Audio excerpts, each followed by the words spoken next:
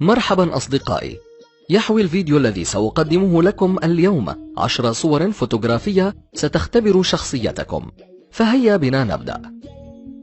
في هذه الصورة نرى درجان، قم باختيار الدرج الذي تفضل الصعود به والدرج الذي تفضل النزول عبره.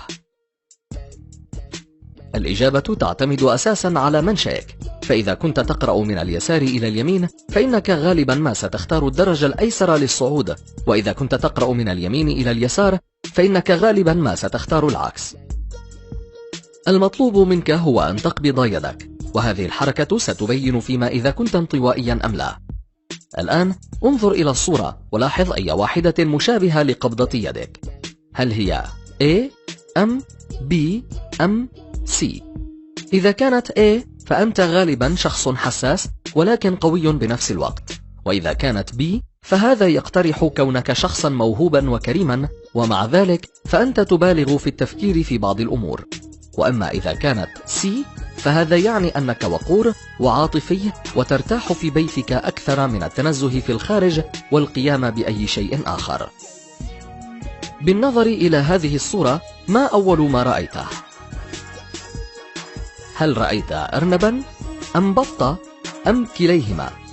إذا رأيتهما معا فهذا يرجح كونك شخصا إبداعيا يتمتع بخيال واسع، وإذا رأيت أرنبا أو بطة ولم ترهما كليهما فهذا غالبا يدل على أنك تستخدم نصف الكرة المخية الأيسر، وهذا يعني أنك شخص منطقي بارع في مهام التفكير والتحليل.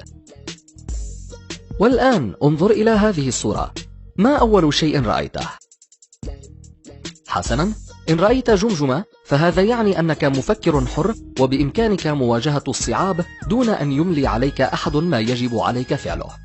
لكن إن رأيت امرأة أمام مرآة فهذا يرجح كونك حالما، ولكن قد لا تملك دوما الثقة الكافية لتلاحق تلك الأحلام بالفعل. نشاهد في هذه الصورة مجموعة من البشر، حاول أن تشير إلى الحيوان المختبئ بينهم.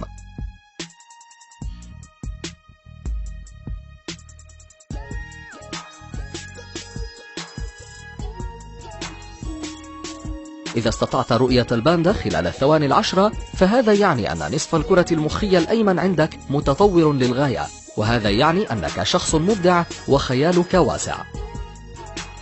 عندما تنظر إلى هذه الصورة ما الذي تراه أولا؟ حسنا، إذا كنت ترى انفجارا فهذا يعني أنك شخص مبدع ذو خيال واسع.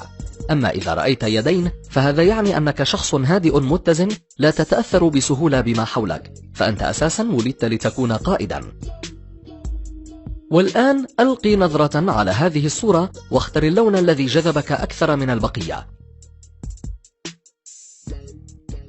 إذا كان اختيارك البرتقالي فهذا يرجح أنك شخص ودود، وإذا كان الأحمر فهذا يعني أنك واثق وشجاع، وإذا كان الأخضر فهذا يعني أنك عملي وواقعي، وإذا كان الأسود فهذا يعني أن القوة أمر يستهويك، وإذا اخترت البني فهذا يعني أنك مخلص ومتفان، أما إذا كان الأبيض فهذا يعني أنك نظيف وصحي، وإذا انجذبت إلى اللون الأصفر فهذا يعني أنك سعيد ونشيط، وإذا اخترت اللون الأزرق فهذا يعني أنك جلد صامد أمام الناس ويحسبون لك ألف حساب.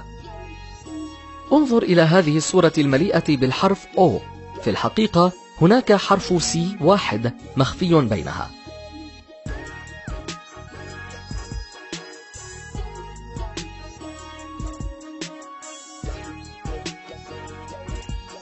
إذا تمكنت خلال 10 ثوان من إيجاده فهذا يعني أنك سريع البديهة وبإمكانك تحمل الضغوط والظروف الصعبة، إذ يواجه كثير من الناس صعوبة في إيجاده خلال 10 ثوان.